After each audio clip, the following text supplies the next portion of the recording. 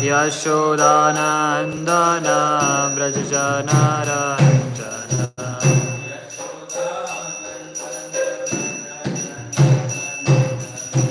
Yashodanandana Brajajanaranjana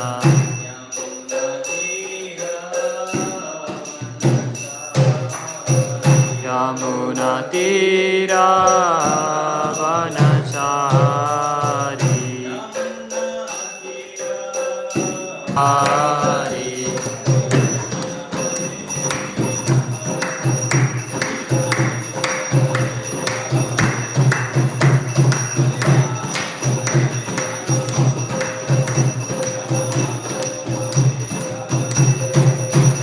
Hare Krishna Krishna Krishna Hare Hare Hare Rama Rama Rama Hare Hare Jai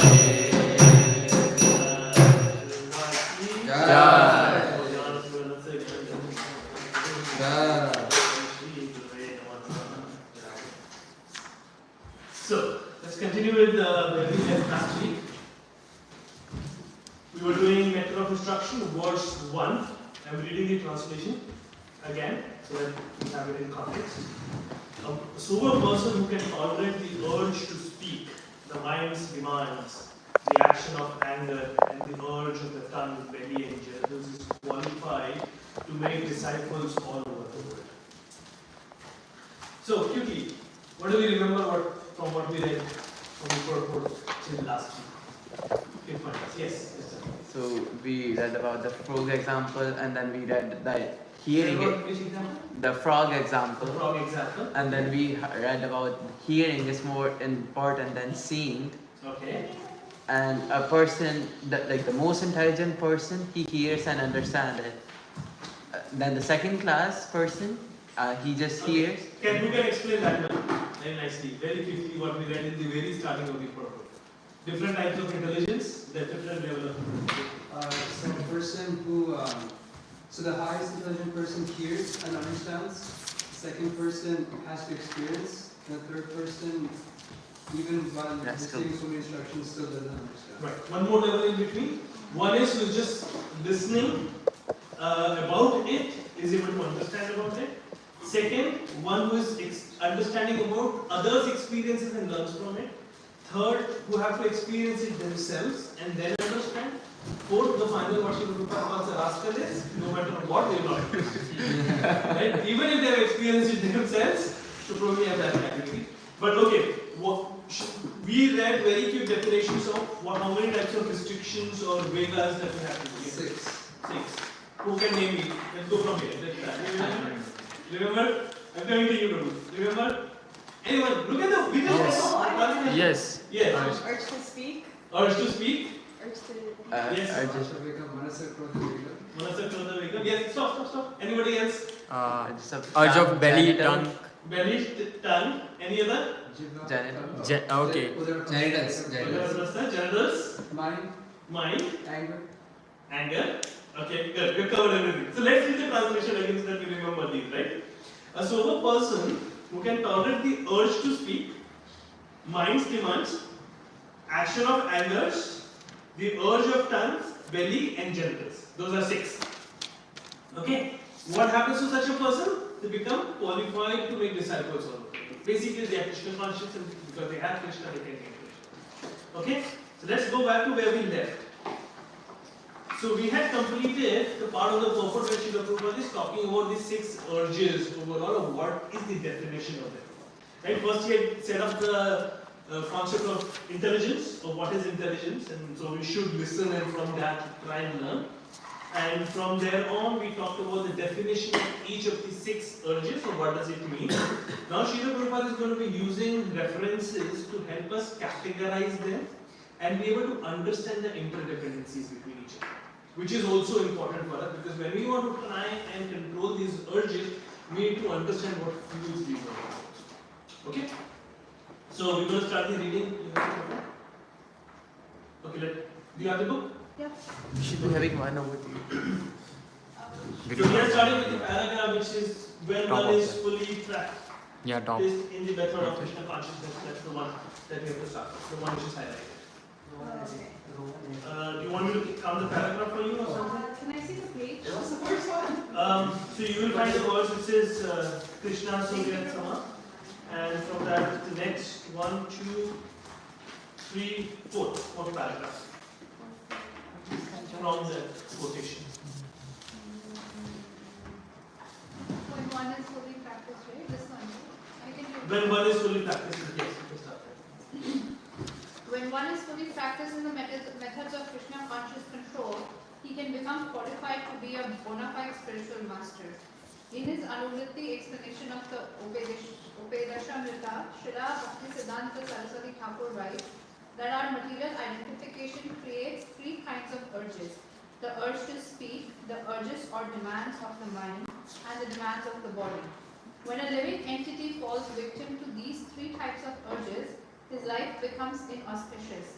One who practices resisting these demands or urges is called a tapasvi, or one who practices austerities. By such tapasya, one can overcome victimization by the material energy, the external potency of the Supreme Personality of Godhead. So one thing, before we come to the categorization, Srila Prabhupada is talking about being a tapasvi. Tapasvi is one who's doing tapasya. Tapasya means some type of austerities. In this case, the austerities is to try and control the urges.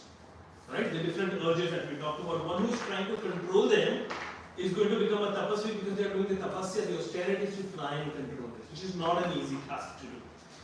In the second verse from the purport, Srila Prabhupada is going to emphasize on the tapasya concept even further. So that is what we're going to part till then.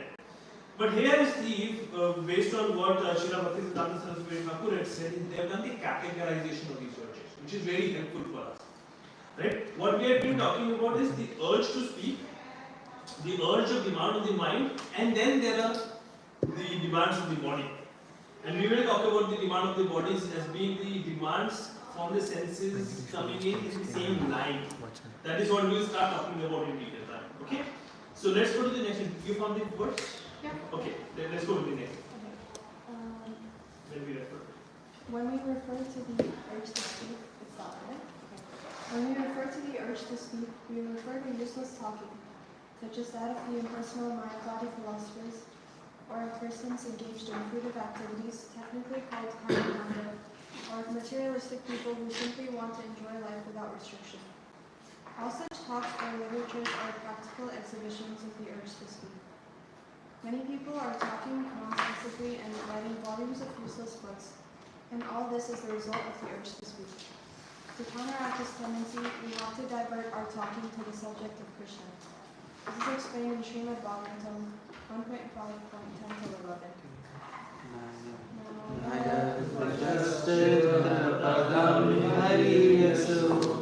Jagat pavitram pranidhakarache Tadvarsam tirtham shanti manasa Nayatrahamsa niramanti ushishaya.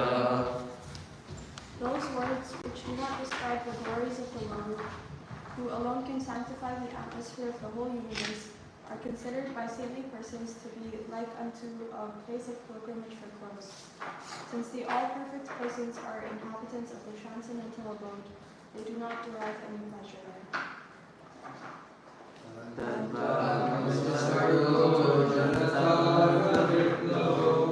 Yasmin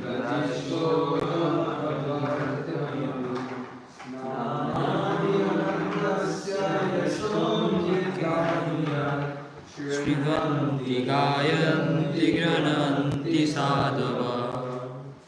On the other hand, that literature which is full of descriptions of the transcendental glories of the name, form, fame, forms, pastimes, etc.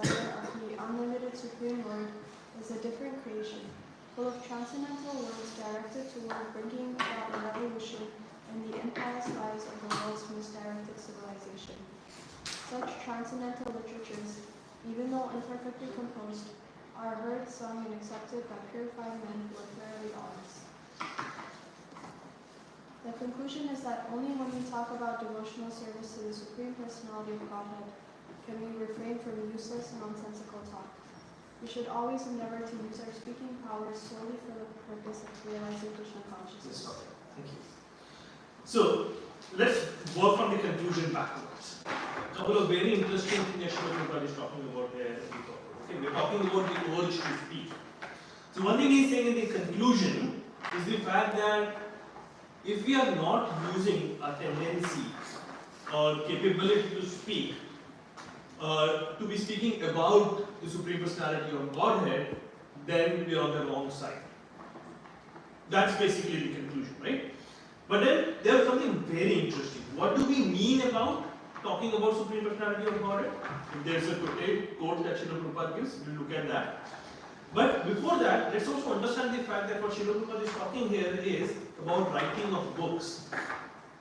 So all of these different kind of people who are there like, okay, we're taking a Mahabharata, we're not going to speak at all, but I'm going to pass on notes, written notes. That's cheating, right? Basically talking about this, speaking is not just using the words in terms of verbal speaking. It also means in the form of our writings, in the form of any other ways of communication of your mind getting externally manifested in communication is all part of speaking. So even if you are writing nonsensical books, which is not following the example that is given over here in the quotation, it still falls under the same category. You can be doing, even like, we'll say, okay, I'm not speaking, but I'm doing WhatsApp. It also falls into the same bucket. Right? There is no bypassing the concept that you're engaging yourself in just talks which is not related to the subject. Right? Now, what does it say over here? Those words which do not describe the glories of the Lord. What are the glories of the Lord? Are we talking about Lord Himself only? When we read books, amazing books such as Srimad Bhagavatam, we are talking about the glories of the Lord's devotees also, His activities also. We sometimes talk about Srila Prabhupada. When we were coming in, we were listening to Srila Prabhupada Dilamrita. Is that falling under the same category? Yes. Because Krishna is absolute. Right? So there is no difference between Krishna, his words directly in the form of Bhagavad Gita, for example, his activities as is probably given in Krishna book, his glories about his devotees, the glorification of his temples, dham, any other aspect related to him, which helps us which reminds about us about Krishna, or is connecting us better with Krishna, is all under the same category. Okay, and the interesting thing over here is said is who alone can satisfy the atmosphere of the whole universe, but are considered to be saintly unto the okay. So anybody who is what does it mean over here by the phrase pilgrimage for crows? Any guesses? Yes. It's like dead material, so crows usually circle around things that are rotting. Fantastic. Thank you. Yes. So anything which is dirty in nature, that is where crows go. Right? A garbage dump, place food rotting. That becomes the pilgrimage for crows because that is what they get attracted to. So if there is something which is not Krishna conscious, that is a pilgrimage for crows, because in our context, what it means, it does not mean dirty in its literal sense. It means dirty from the perspective that it is materialistic. Anything which is not in connection with Krishna is going to be leading us to being bound into the material world. And anything of that nature is what we are trying to avoid as speaking or writing or in any other ways of communication. Okay? Now, any questions or comments on the urge of speech, which is important for us? So when we're in association, And tell them to please speak slowly. Krishna consciousness and that's like. Sorry, just do you mind repeating that for me again? So when we're in association of devotees, like Right. our peers, Right. how can we talk more about Krishna consciousness in a way that's not like off-putting or overbearing? That's a good question. So when we are engaging with devotees, now it depends on your association with devotee and like which is the devotee with whom you are associating. Okay. Now that falls under two categories. First is the fact that are you associating with somebody who is senior than you, your equal, or lower, right? In terms of knowledge. So when you're talking to somebody senior, then you are more in the listening mode. Please tell me more about it. It's like Parikshit Maharaj talking to Sukhdev Goswami. Please give me more information, more nectar, right? In that case, what you're just saying of it becoming overbearing, it will not apply because the senior is the one who's very happily glorifying Krishna and speaking, right? We have to, yes, we might be the one who would be limited by our capacity to listen as not too much, let's go. Right? That can happen because we are still building that tendency, we are still cleansing that up. When we are talking with friends or people on devotional level which is the same, in that case, our interaction is going to be more with respect to how we find common grounds. Right? It could be in the form of fun, joke also. Right? It does not necessarily have to be a very serious conversation. Okay? What that means is, we can be talking about, we had a trip to a dham, let's say, for example, together. And now we're just discussing about that and hey, you know what you did? The monkey stole your glasses. Something. Even that kind of interaction between devotees could be pleasing and reminding you of the dham.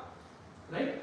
So, but now when you're talking to somebody who's starting Krishna consciousness and you're probably more senior to them, then you are now the one who has to glorify Krishna for their this thing, right? Now, the other part to this conversation is also the conversation that we have to do this is based on their level, but based on sometimes some devotees love talking about Krishna Leela versus somebody else who likes to talk about the dham. Somebody would like to talk about the devotees. Somebody would like to do more detailed discussion on the scripture itself. So depending on the mood of the devotees and what is the common ground you have, such conversations can happen in such a way that it's not becoming uncomfortable or an overdose for anybody. There can be no overdose to Krishna conscious conversation. It can only feel overdose because of our impurities. Right? So we have to understand all of those, and based on that we have to do our intelligent integration. Conversations with others, and that is why we have been given intelligence. Right? The variety, why do we talk of associating with devotees and not associating with a devotee? It is also because of that same reason. All these senior devotees who come in for giving classes, why do we listen to everybody? I have my own initiative to do, but why do I lovingly listen to others also? Because each one of them brings in the presentation in a particular way, and that could become, we might pick up something new, some different ways to think. And each of them is amazing. So we just interact in such a way that we're able to get that nectar out from their realizations. Any other question or comments? So feel free to share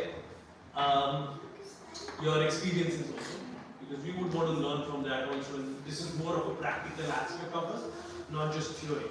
How do we do this? Is there any situation where you found yourself speaking about things that you really did not want to speak? Right? Any of that also. Any final question before we move to the next one? Yes. So when I joined the academy, I would go to work, and I could feel entire consciousness changing as I would walk to the subway station. Right. Like here, I could say Hare Krishna, I could speak to devotees, and all the topics would be more or less spiritual. Right. When I go to work, everything would become so mundane, and I would have to fight the urge not to say Hare Krishna to somebody at work or something like that. And yes. Yeah. Okay. So two things. Very good point. Thank you so much for sharing. Right. So first thing first, when we are going to a workplace or any other similar places, right? Let's take the example of Prahlad Maharaj, for example. Right? Now Prahlad Maharaj was in the association of leaders, but he still never changed himself, and he never got influenced by their demoniac character. Now, I think in the morning the Bhagavatam reading that is going on right now, in that this is being discussed, where Prahlad Maharaj was the one who was creating positive influence for all the other kids, and they picking up the devotional services of practice, right? How is that happening? When two people meet, there is one who is giving association, the other is taking association, right? If you are strongly situated in your own sadhana, then you would be giving association and not taking.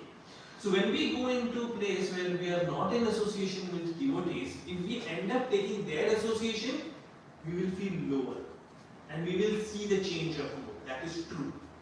But if through strong sadhana we are able to maintain that strong inner self as Krishna conscious, then instead of we taking their association, we will be giving them association. So we will remain as Krishna conscious always, but others around us will get tiny bit of Krishna consciousness. Right? That is why a strong sadhana, and Srila Prabhupada, the reason why he gave this morning program was because of that reason. Solidly situate yourself at the very start of the day and then go out and conquer the world. Right? So that is the case. Now, to your point of not trying to restrict yourself in some ways to end up saying Hare Krishna to somebody else, you have to be intelligent in order to see how to do it. It's not necessary, it's not a rule that you have to do it with everybody. I was just, when we were coming in the Prabhupada Lila Vikas and we were listening, a lot of devotees wrote letters to Srila Prabhupada. What is that is okay during book distribution and what is not okay? Are we okay to go in non-devotional clothes and distribute books? Whatever is favorable, pick that up. Okay. So, like I'll give you my example of sometimes what I will do. I do it purposely sometimes. Okay. I cannot say Hare Krishna. So we'll do the normal good morning, how are you? All combinations of everybody saying good morning to everybody, and you play along with it. But like for example, you sometimes stretch yourself. Oh Krishna, you're nothing Krishna. So you have to be very intelligent. Are you able to incorporate? Are there some people with whom you are able to say? Others, are you able to give them the name Krishna somehow without disturbing them, but still giving them Krishna? And others, you might just be intelligent and say, don't touch them. Right? So that's where intelligence comes in. You're dealing with people. The baseline has to be pleasing. If we deal with people in such a way that we leave them with a bad taste, that's the worst. That is what we have to avoid. Now, while not giving them a bad taste based on their own appetite, give them a little dose wherever, whenever possible, but based on their appetite. Right? Any questions? Yes. What if we're the people or like I'm experiencing a problem where I'm going to like media and stuff that isn't Krishna conscious? What can I do to stop myself? You saying media as a medium to gain information? Yeah. So, yeah, that's a very good point because that is what is going to be coming up next also in the next paragraphs of purport. So, we have to be very careful. Now, it is okay. Let me break it down. First thing, we have to be very careful of what we intake in terms of through senses, what are the senses getting engaged with. Because right now our mind is not fully in control. So the senses are driving the mind to an extent. Ideally, the mind should be strong enough to drive the senses. Right? And the mind is driven by intelligence. But in our case, because we are still in the process of purification, the senses will drive us. So when we watch, listen to things which are not Krishna conscious, they will have some elements which will agitate our mind. Now, we are talking about, let's talk about the idealistic stage. You should totally be refraining from any such content. Okay? But let's be practical for a minute. We are in the journey right now. What first thing we need to do is, for any of these urges controlling for that matter, we have to understand what is the goal. What is the standard that we have to try and meet. Okay? So the ideal standard we are saying is, you are engaged in only, you are engaging your senses only in Krishna conscious content and nothing else. Right? That's the ideal state. Are we there yet? No. We're still watching things, we're still reading things, we're still doing a lot of things that we're not supposed to do. So, the first point of improvement or getting better is to identify the problem. So, we have identified I am here, where I am on social media networks, let's say for example, for 3 hours a day. I'm supposed to be going to 0, you know the gap. Now, from here, your being at 3 hours is only okay till when you are planning and working steadily to reduce it and go towards 0. It is acceptable, your current state of not being perfect is only acceptable if we are moving towards perfection. Right? We cannot become perfect overnight, let's accept that. If we try and achieve perfection overnight, we cannot do it. But if we are on the path of gradually progressing and going towards perfection, then our current state of imperfection is acceptable. How do we see that? What we are supposed to be doing is we are supposed to be seeing, am I being more Krishna conscious today as I was yesterday, a week ago, a month ago, or a year ago? If we are seeing gradual progress happening, right, we are good. The only thing you have to see is your rate of progress equating to your potential or not? Right? One is total still. This is a very beautiful example that Gurudev gives, right? We are supposed to be ecstatic about Krishna consciousness. Being ecstatic. If we are not improving, not changing, we are static. And static pond will start sticking. Yeah. So don't be static, be ecstatic. That's what my Guru Maharaj says, right? So one is that yes, there needs to be a certain flow, but that flow is it based on your potential right now or not? That is also second criteria. Not just that okay, I'm doing everything great. Last year I was doing 1 round of chanting. This year I'm doing 2 rounds of chanting. That's an improvement. Good, you're in the right direction. But you had the potential that in 1 year you could have come to 8 or 16 rounds of chanting. So if you had the potential, not fully utilizing your potential is also wrong.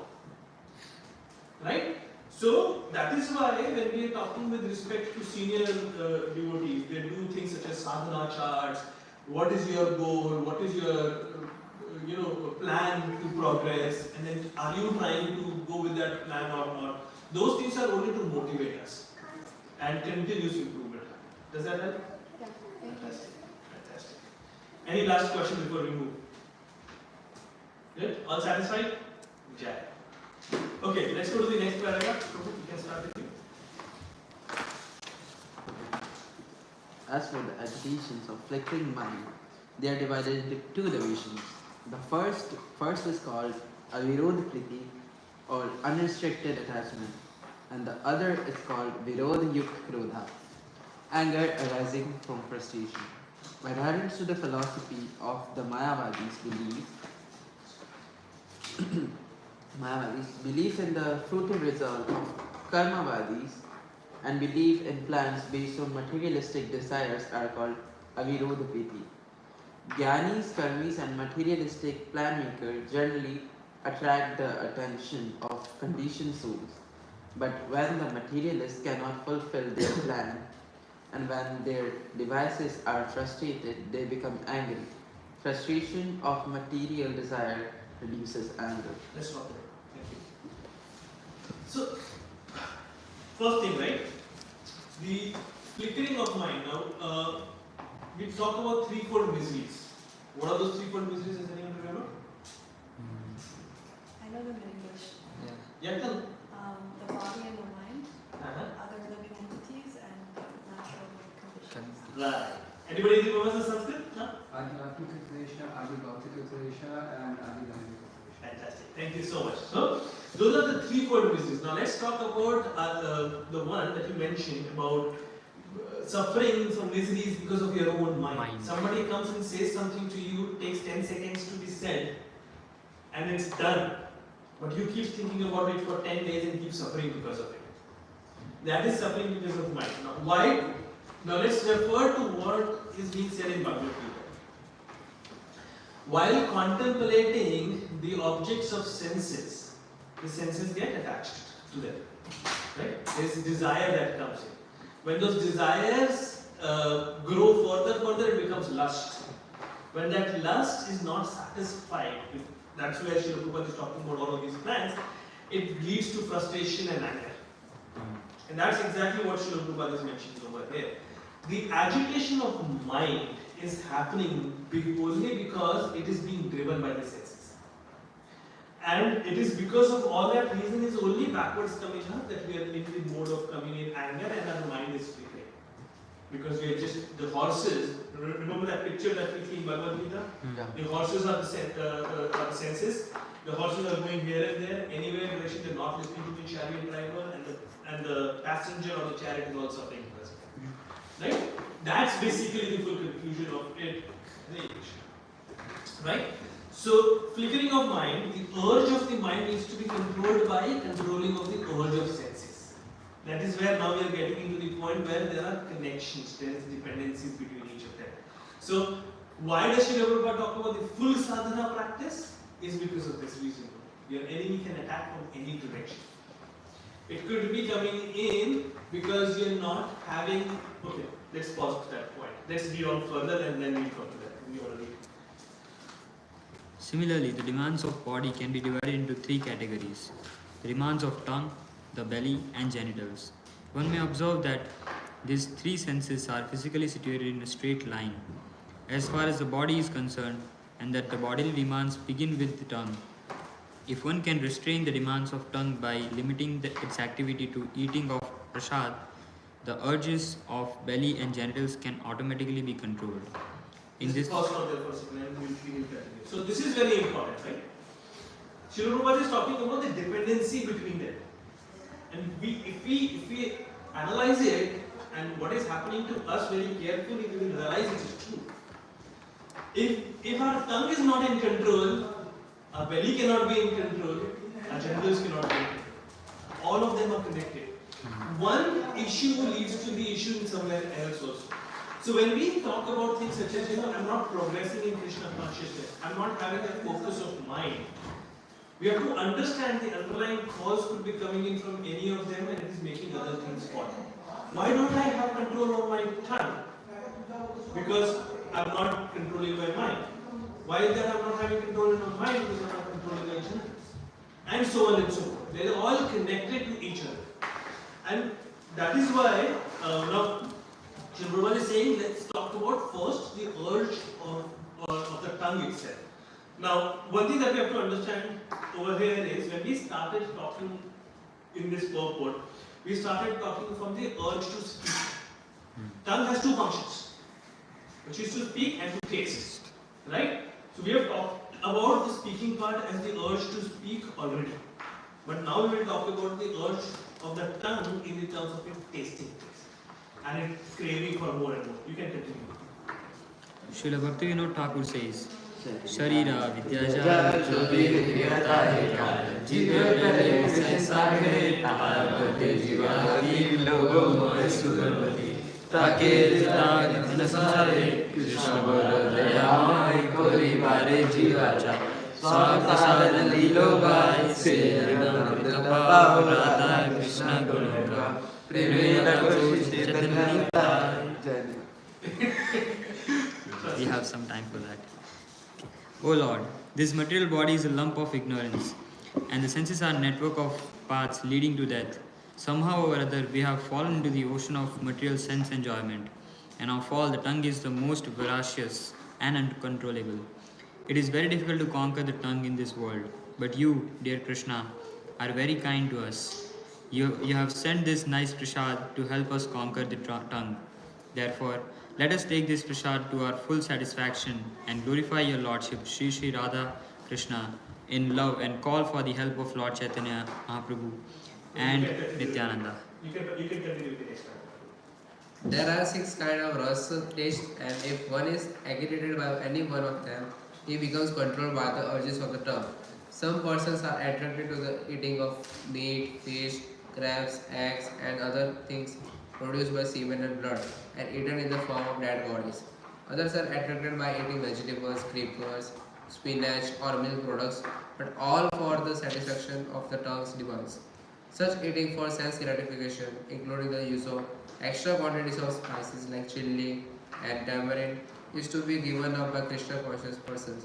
The use of pan, haritaki, bitter nuts, various spices used in pan making, tobacco, LSD, marijuana, opium, liquor, coffee and tea is indulged in to fulfill illicit demands. If we can practice accepting only remnants of food offered to Krishna, it is possible to get free from Maya's victimization. Vegetables, grains, fruits, milk products, and water are proper foods to offer to the Lord as Lord Krishna himself prescribes.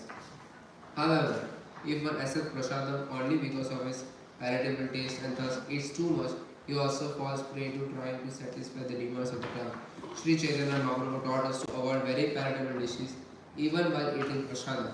If we offer palatable dishes to the deity with the intention of eating such nice food, we are involved in trying to satisfy the demands of the tongue. If we accept the invitation of a rich man with the idea of receiving palatable food, we are also trying to satisfy the demands of the tongue.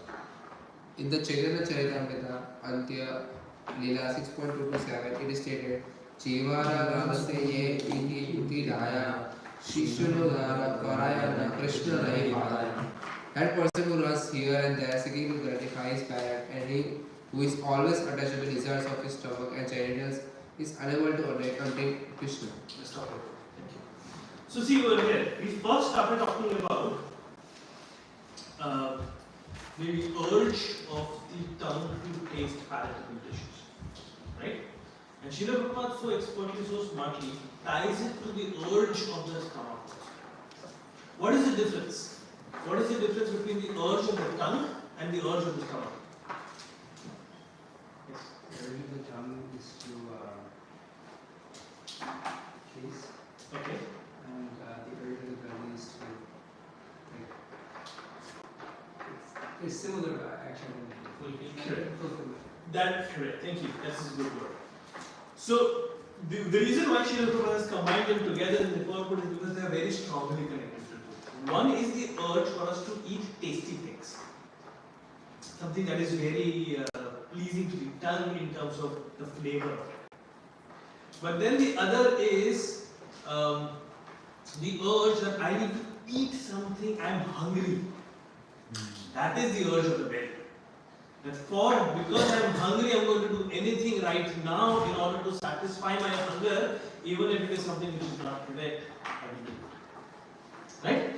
So the two are connected in some sense. That one is that I need to eat palatable dishes, and the other is I cannot be without food. Right?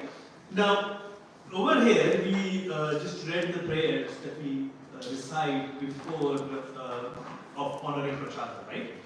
I hope it did not make everybody hungry. But yeah, so the idea over there is just to always remind us the fact that our senses are always making us drive to satisfy the urge to taste and the belly. But because this is a material body, it has to be fed. It has to be given food stuff.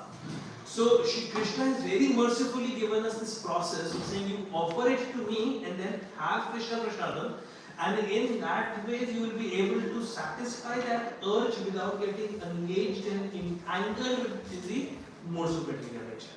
So that is why we very thankfully pray to him first for giving us this amazing mercy, right? And now this part that I have highlighted over here, there are 6 tastes of rasas. Do you mind doing a search for the 6 tastes of Ayurveda? If you are able to. So, Ayurveda, and for that matter, in fact, also talks about 6 different tastes as being. See, those 6 tastes is. I have this. Oh, fantastic. So sour, pungent, astringent, bitter, salty, and sweet. Fantastic. So, from an Ayurveda perspective, a balanced diet is having all these 6 flavors in balanced approach, right? But the way we are, if we get into the urge of the tongue that for somebody eating too spicy is what they find palatable, that is they are going in and trying to satisfy the urge of their tongue. Why don't we eat things such as onion and garlic? They're in the lower modes, but they also agitate. The answer is right here. They are pungent, that's why. Oh, Correct. They're extreme in a particular of these 6 flavors, and hence they're categorized as, and all of the other factors of being in the mode of ignorance and all are correct. But basically, let's understand the fact that if we are trying to eat anything which is in extreme in any one of these 6 or any 2 of these 6, or in that sense, extreme in any of them, is categorized as not being sattvic or something which is good for us, for our consciousness, for our body. Right? So both, it's not good for both the soul and the body. So what are we supposed to be having? What is supposed to be, the term I use was sattvic, which is in the mode, it should be balanced in all that aspects. And that is what we are supposed to be offering to Krishna also. Remember last week we were talking about that just because we are offering it to Krishna does not make it prasadam until it's not offerable to Krishna. If it is in extreme of any of these, it cannot be offered to Krishna. It has to be balanced. So if we have the urge to eat too pungent, too bitter, too sweet, either of them is not good. Any of the 6 flavors in the food has to be avoided because that then helps us control our senses and keep our mind in a state. Right? So in this way, if we are offering, and that is why the next highlighted part of it is so important. It's saying if we accept the invitation of a rich person with the idea of receiving palatable dishes, which means now we are under the mode and trying to satisfy our tongue, and we are not. Srila Prabhupada will go and accept invitations from rich people also. Like technically, a sannyasi is not supposed to be doing that, but he did it so that he can go and preach. Like the Trojan horse going into the Grahasta's life and exploding over there and giving them Krishna consciousness because they are not coming out to take it. That's a different strategy of it. But going in over there and just saying, I want amazing food, they have 50 different dishes. And so it's good to go to their place and reject an offer from a very humble devotee who is trying to come and learn Krishna consciousness and get engaged into the service. That's not it. Right? Again, we're talking about very elevated devotees for them, but from our perspective, what we have to always remember is that we should not be running after food. Like confession here, right? When I started coming, the attraction of Sunday feast was I'll get prasadam and I don't have to cook. But then prasadam has the magic to be able to convert you over the period of time, right? So initially, as we said, where am I? Where do I have to be? You might have attraction to palatable dishes. It's like, oh, Sunday mornings or Saturday mornings, let me come in over here because the devotee who comes and cooks breakfast does an amazing job and I want to eat that. Yeah, fine. Okay. But there is attraction for prasadam, fine. But then we have to come to the point where most of the devotee would Puri also from the drains filter out the chipped rice and eat that. I think yes, one of the Goswamis. Even that was okay for him. Yeah, we are not at that level. We are not expected to do that. But we are supposed to be at least understanding where are we getting and getting driven by the urge to taste better and forgetting the actual mission of it. And again, gradually we engage more and more and elevate our standards. Okay? But what if a senior devotee, I mean, he's really doing well with his everything, Right. he's making really nice prasadam for it. Right. For example, for us, like for Sunday feast, Mahabhagat Prabhu makes it, so we are like, yeah. As I said, nothing wrong in that. But you have to understand the perspective that when there is not good prasadam available, you should still be beautiful and doing your things. Let's say, for example, Sunday mornings, Mahabhagat comes and cooks amazing, okay? So I want to come and attend the Mangalarti on Sundays because I get good prasadam. One day I come to know that he is traveling to India, he is not coming to cook, and I am not coming to Mangalarti. Right? Now the objective is getting lost. So appreciating, but okay, we have to appreciate his services and we have to understand the power, where is he getting his power to be able to do his services well, and try and imbibe those same qualities. Right? In that ways you can keep appreciating it. So Srila Prabhupada has so mercifully given us all of these facilities. Right? So for us to use the facilities is not a problem. But we have to understand when the facility is not available, we still have to be doing it. That is where attachment comes in. Right? We are not artificially saying, I don't want palatable dishes at all and announcing it. We are okay with palatable dishes, but it has to be in the mode that, oh, it is Krishna mercifully giving, I'm accepting it. If Krishna is making arrangement and I don't get anything, I'm fine still. That is what is saying we are not getting attached. Right? At our mode, that is where we will be. The Goswamis were at a very, very, very, very different level. We cannot imitate there. But that's a very high stage. Any other questions? Yes. Prabhu, this question as here we also mentioned adherence to the philosophy of Mayavadis, and I have made a lot of friends for distributing books, and few of them they are actually reading it really well. One of the Mataji, she asked me this question because she recently started reading Bhagavad Gita, and she was like, okay. First she thought like Mayavadis means car means people. Then I told her like this is actually the Mayavadi thinking. So she was like, well, it's like, but it's okay to not do that. I got it. But why are we always saying that we don't have to be Mayavadis? It should be like, okay, I respect that thing too. But I hope you're getting my point. Yes. So, not that we are disrespectful to Mayavadis. Let's understand that.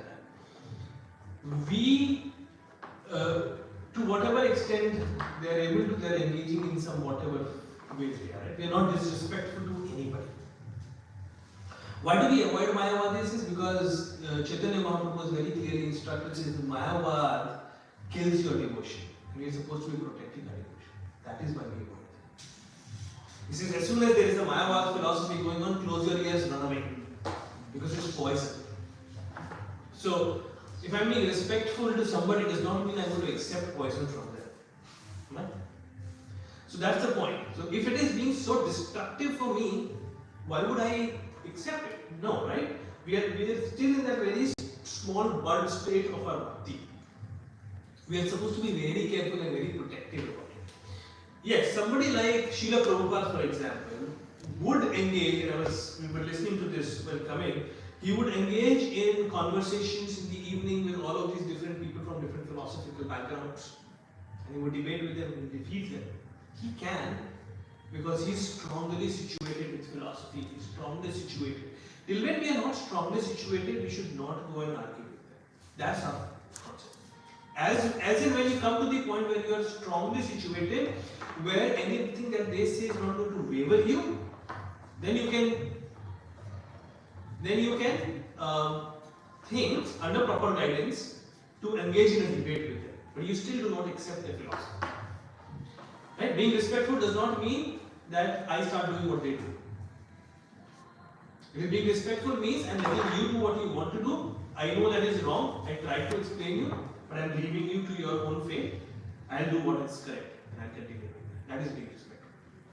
Right? Any other question? Okay, let's just do the last part of it. Oh, we have a part. Go. As stated before, the term belly engenders are all situated in the and they fall in the same category. Lord Chaitanya has said, Balana, Abbe, Para, Balana, Parives. Do not stress luxury and do not easily share foodstuffs. Chaitanya, Charitamrita, Andhya 6.236. Those who suffer from disease of the stomach must be unable to control the urges of the belly. At least according to this analysis, when we desire to eat more than necessarily, we automatically create many inconveniences in life. However, if we observe fasting days like Ekadashi and Janmashtami, we can restrain the demands of the belly. Let's pause very quick for that. This is the point that we were just talking about, right? Srila Prabhupada very clearly mentions is the difference between the urge of the tongue and the belly. Fasting is important for us to be able to get some control on the belly also. That we are able to go without a full meal and hence getting some control on the urge of the belly also. Do you want to continue next one? As far as the urges of the genitals are concerned, there are two proper and improper or legal and illicit sex. When a man is properly matured, he can marry according to the rules and regulations of Shastras and use his genitals for begetting nice children. That is legal and religious. Otherwise, he may adopt many artificial means to satisfy the demands of the genitals, and he may not use any restraint. When one indulges in the illicit sex, as defined by the Shastras, either by thinking, planning, talking about, or actually having sexual intercourse, or by satisfying the genitals by artificial means, he is caught in the clutches of Maya. These instructions apply not only to householders but also to Tyagis, or those who are in the renounced order of life. In his book Premavrita, chapter 7, Sri Jagannath Pandita says, Jagadananda Pandita says, Vairagi Vai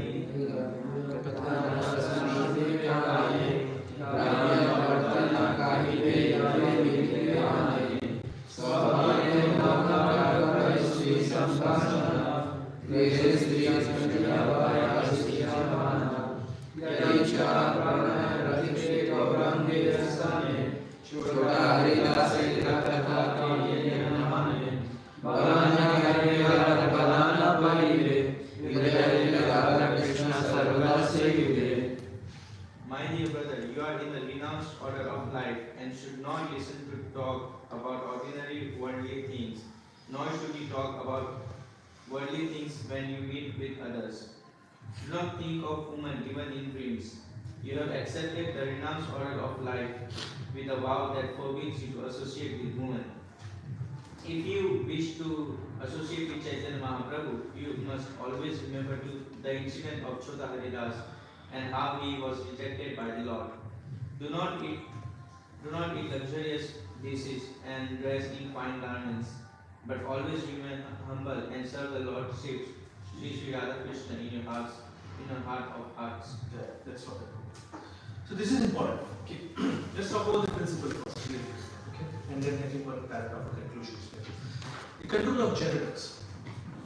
Genitals to be used, it is very clearly mentioned in the definition part of the book for the genitals to be used only for getting Krishna consciousness. We said it is not also that the genitals can be used for having children, it is having Krishna consciousness. Okay.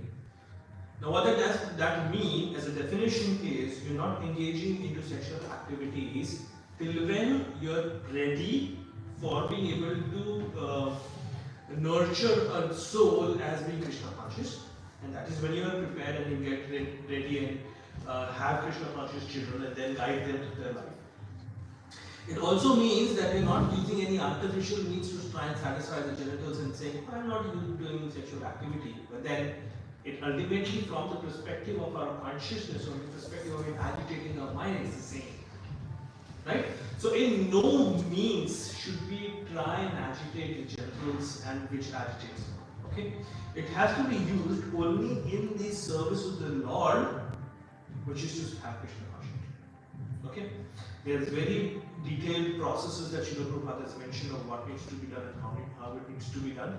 And that is why we always first take permission from our Guru, because the Guru is able to say, are you at a point where you are able to nurture a child to be Krishna conscious or not? That is why that concept of taking permission exists. Okay. Now, what this quote over here is very important, what we were talking about. The control of genitals cannot happen till when the control of the other elements in the same line happens. Now, feel free to send me an individual one-to-one WhatsApp if you want to discuss any questions that you don't want to openly talk about.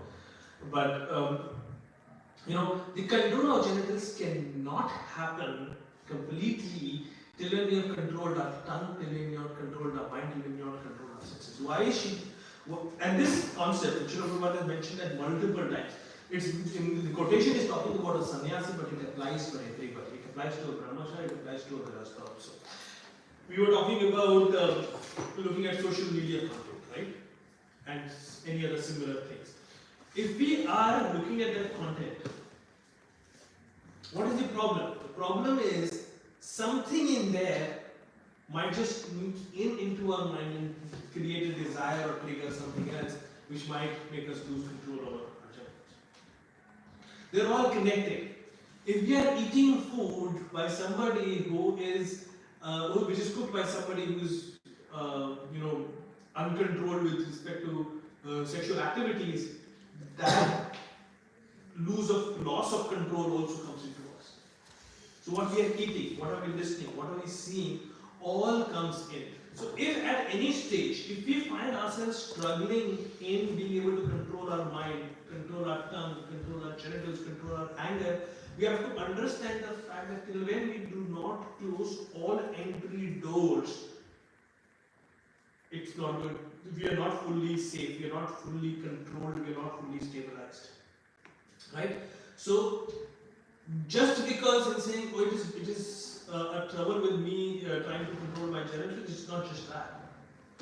It's because I do not have control on my eyes and ears, and I'm watching things which is stimulating me. That is why I'm losing control. So all of them are connected. So that full total control, total platform of cleanliness of Krishna consciousness can be only achieved if we are sincerely following the principles. We might not be following it completely now, but we have to gradually do it. I'm using the word gradually with caution because I know everybody struggles through it, but there is a sense of urgency also. ASAP. There are so many different things that have been given by Srila Prabhupada as analogies, and so many different ways he's explained to us of how destructive it is for us to be engaged in such activities. Both natural, unnatural, artificial, whatever ways we talk about. And that's what's the problem with the society these days. Right? Questions? We can talk about that. Bro, it was written that all concepts is straight line, and you said that if we control our tongue, we can automatically control our belly and genitals. Yes. It is because that it is in the straight line because it is there is only one same nerve that goes to the tongue, and I don't think it's from the perspective of it being controlled by the same nerve, that biology concept I'm not 100% sure of. because I have heard that like someone one devotee told me that it is because of the nervous system also. So Could basically, unfortunately, I've not read that anyway, so I cannot decimate. But what Srila Prabhupada is talking from a straight line perspective also is that connection, that linkage. Yes, one leads to another. And in that way, they're all connected. Yes, if it is not physically connected by a nerve or not, that I don't know, but they're surely connected from cause and effect perspective. Okay. Any other things? Any other comment? All good? Okay, then let's go to the last paragraph. The conclusion is that one who can control these 6 items, speech, mind, anger, tongue, belly, and genitals, is to be called a Swami or Goswami. Swami means master and Goswami means master of the go, or senses. When one accepts the renounced order of life, he automatically assumes the title of Swami. This does not mean that he is the master of his family, community, or society. He must be master of his senses. Unless one is master of his senses, he should not be called Goswami, but Godasa, servant of the senses. Following the footsteps of the 6 Goswamis of Vrindavan, all Swamis and Goswamis should fully engage in the transcendental loving service of the Lord. As opposed to this, the Godasas engage in the service of the senses, or in the service of the material world. They have no other engagement. Prahlad Maharaj has further described the Godasa as Adanta Go, which refers to one whose senses are not controlled. An Adanta Go cannot become a servant of Krishna. In Srimad Bhagavatam 7.5.30, Prahlad Maharaj has said, Matirne Krishna Bhagavata Sadhoha Vidho Vipade Karvanatana Adanta Goge Vishlam Kavishtam Puna Puna Charvita Charvanana. For those who have decided to continue their existence in this material world for the gratification of their senses, there is no chance of becoming Krishna conscious, not by personal endeavor, by instruction from others, or by joint conferences. They are dragged by the unbridled senses into the darkest region of ignorance, and thus they madly engage in what is called chewing the chewed. So the conclusion is pretty strong. Let's go backwards again, right? If we have no control over, like if we don't have perfect control over our senses, there is no hope we have into Krishna consciousness.